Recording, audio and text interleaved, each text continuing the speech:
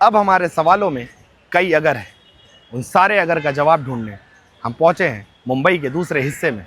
Sir मेरा नाम अतुलेश पाराशर है। मैं उज्जैन महाकाल से रहता हूँ। आप आदर्श पंडित जी उज्जैन। अगर इस खूबसूरत देश में हर जाति, हर मजहब, हर रंग को रहने के हक ना मिलता तो कैसा होता भारत? भारत में चाहे वो हिंदू हो, मुस्लिम हो, सिख हो, ईसाई हो, जो चारों वर्ण हैं, चारों वर्ण में भी अलग, जो चाहे हिंदू धर्म में ही क्यों ना हो, ब्राह्मण, क्षत्रिय, वैश्य, शूद्र, ये चारों वर्ण में पहले के समय में जाति पाति का बहुत रूप से भिन्न रूप से था। और इस समय भी चाहे हिंदू मुस्लिम हो, सिख ईसाई हो, उस समय भी उसकी कट्टरपंथी बहुत थी। लेकिन आज के समय में कुछ उसमें थोड़ा परिवर्तन आया है। पहले के समय में और अब के समय में उसमें हम ये देख सकते हैं कि भैया अब आम लोग भी कह सकते हैं कि हम सब भाई भाई हैं, लेकिन पहले के समय में ये सब नहीं होता था।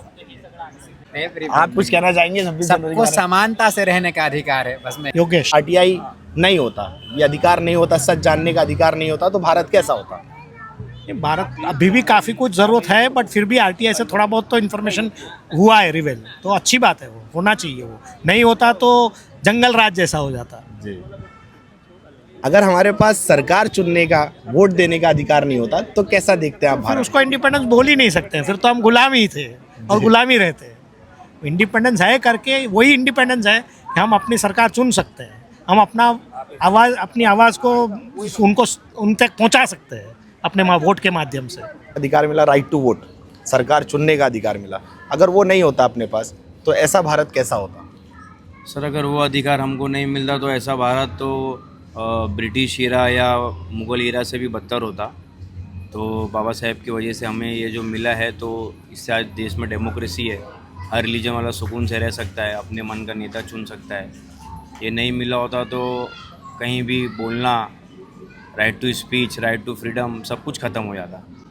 देश के संविधान ने हमको ये इजाज़त दी है कि एक ही छत के नीचे हिंदू, मुस्लिम, सिख, ईसाई सब अपने रिलीजियस की प्रैक्टिस कर सकते हैं। अगर वो ना होता, वो अधिकार ना मिलता तो ऐसा भारत कैसा होता?